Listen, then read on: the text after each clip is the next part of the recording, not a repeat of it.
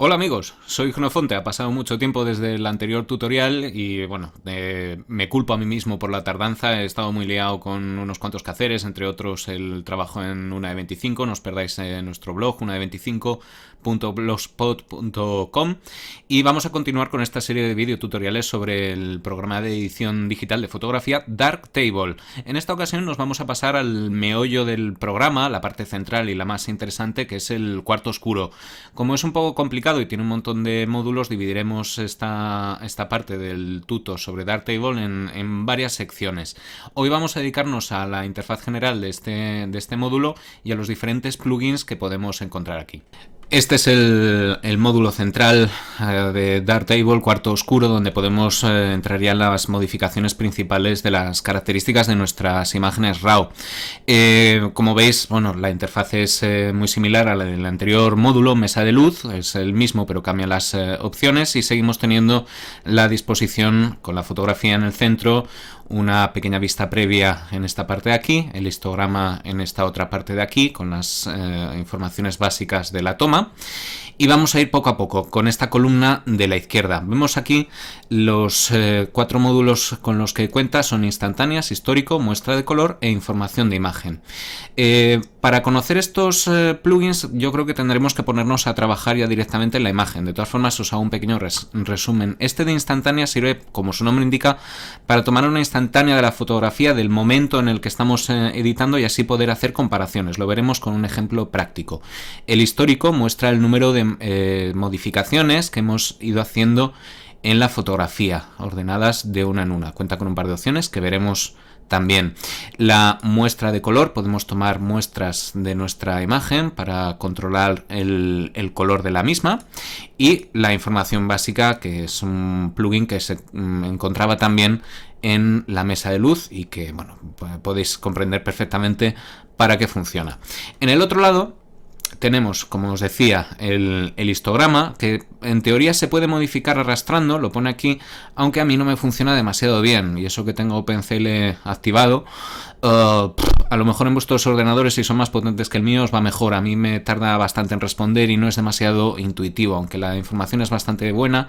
Ya veis aquí muestra los diferentes canales, el histograma de cada canal, para así saber dónde nos estamos pasando, en qué canal se pueden pasar las luces y en qué canal se quedan cortas, se oscurecen. Aquí está oscuro los azules y los rojos más hacia las altas luces. Bueno, ya veis el motivo de la imagen, que predominan los tonos anaranjados.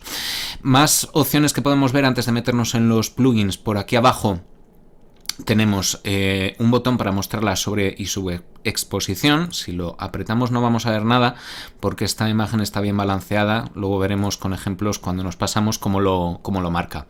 Tenemos aquí el botón de estilos.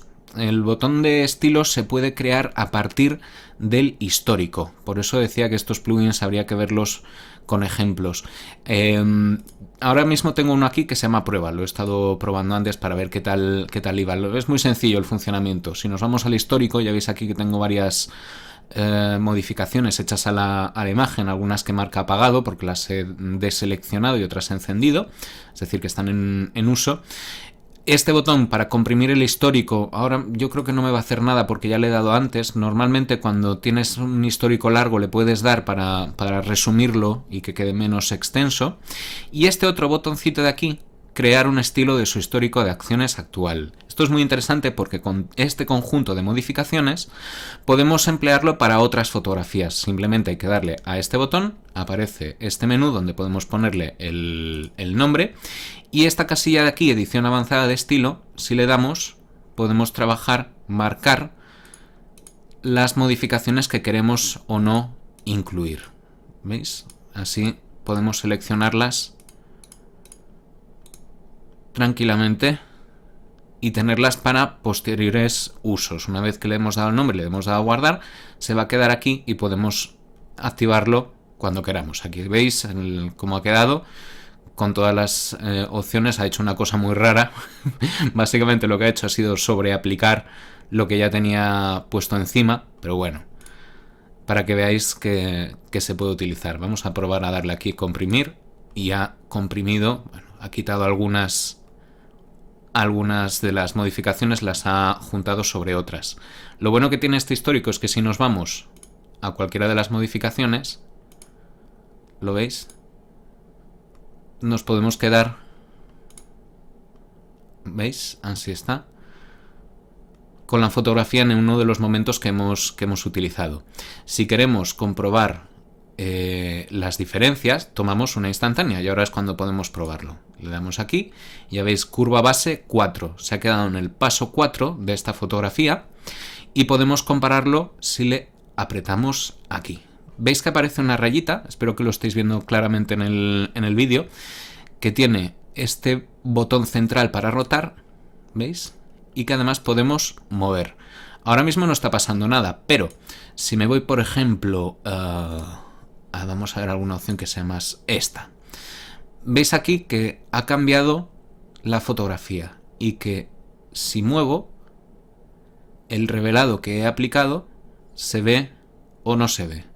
Y con esto podemos comparar los efectos que vamos aplicando sobre la fotografía. Este botón sirve para cambiar la orientación y así verlo de otra manera. ¿Veis? Para quitar esta instantánea simplemente le volvemos a dar y podemos borrarlo con este botón como siempre. Bueno, vamos a empezar con los plugins. Ya hemos visto básicamente cómo funcionan estos plugins de aquí de la izquierda. Son muy interesantes, muy importantes de aprender a utilizarlo bien, porque sirven para tener mucho control sobre el revelado que hacemos. El resto de plugins los tenemos aquí ordenados, como os decía en un capítulo anterior. Los módulos usados en el procesado son estos de aquí. Ya veis que he probado con unos cuantos. ¿Vale? Podemos eliminarlos, como siempre. Así nos quedamos con... Podemos resetear estos de aquí. Perdón. Y eso es.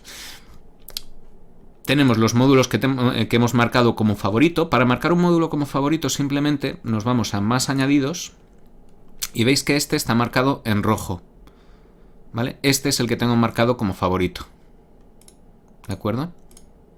El de exposición. Para marcar un módulo como favorito, una vez que esté ya marcado en gris, eso quiere decir que está activo en el panel principal, simplemente marcamos otra vez y lo tenemos marcado, ya veis, como favorito. Lo podemos quitar así y nos vamos otra vez a favoritos y solo tenemos exposición. Lo quito ahora y ya no está en ninguna parte. Lo vuelvo a marcar para incluirlo en la lista. Ya veis que son estas tres opciones. Si está así en negro es que no está en ninguno de los módulos. Si está en gris es que está en el que le corresponde. Y si está en rojo es que está como favorito. Vamos a marcarlo para tenerlos todos. Yo los tengo marcados todos. Esto es un follón y no os lo recomiendo. Lo que sí que es muy recomendable es que vayáis jugando con todos los que tenéis y vayáis seleccionando los que más os interesan, los que utilizáis más habitualmente para tener un poco más de orden en el trabajo. El resto de módulos, grupo básico, grupo tono, grupo color, grupo corregir y grupo efecto, los iremos viendo en los próximos capítulos.